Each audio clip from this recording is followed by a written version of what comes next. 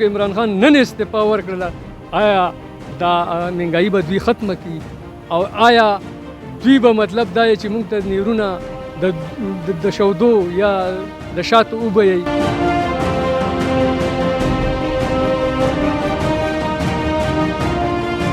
بسم الله الرحمن الرحیم. نن تاسو ته زه په یو داسې موضوع باندې خبرې کوم چې هغه تاسو ته معلومه ده چې هغه د عدم اعتماد. نو عدم اعتماد څنګه راغلی دی؟ زه خو د پاکستان د سیاست نه زما ډېر سخت نفرت دی.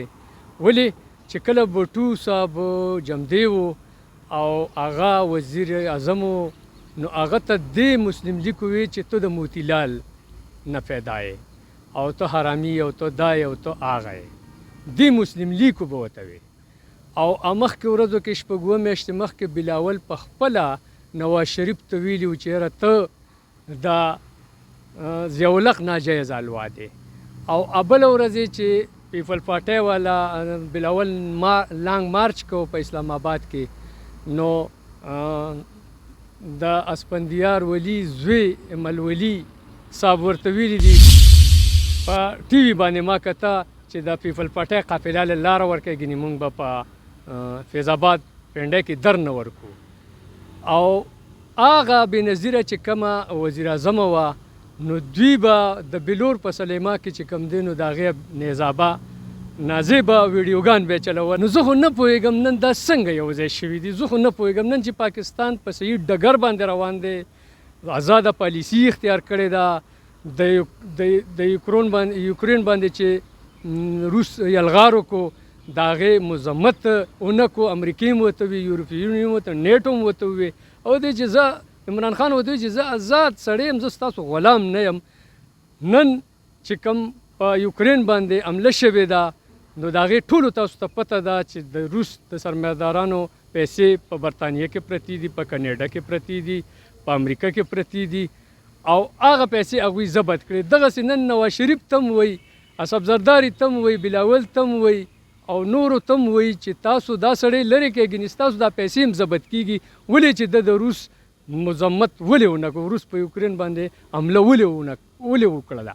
په دې وجه باندې چې کوم دی نو اوس دوی عدم اعتماد د خپل مفاد دپاره.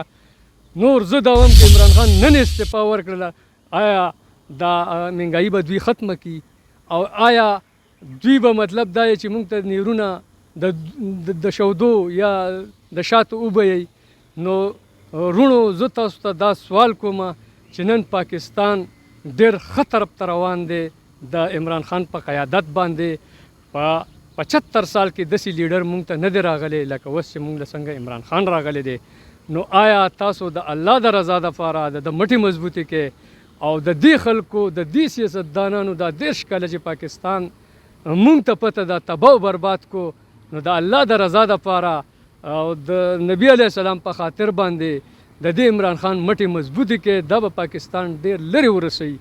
د امریکې مقابله به هم کوي، د هر یو ملک مقابله به کوي. خو که د دې سیاستدانانو نه تاسو خبردار شولی دا کم چې د 30 کالو نه دا پاکستان خوري، نو دا به د الله سره به هم ښایي او د پاکستان سره به هم ښایي او د پاکستان د عوام سره به هم ښایي. والسلام.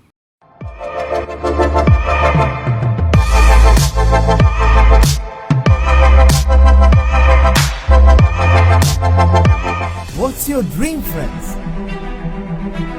Do you have fear while you speak?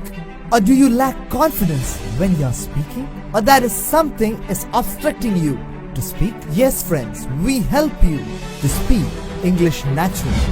We develop your communicative English, soft skills, special batches for working professionals, MBA and engineering students. There are endless opportunities waiting for you right now. All you have to do is open the door and receive it. You have the potential to leave a lasting effect on this world. Spoken English, International Language Learning Center. So friends, change the way the world looks at you.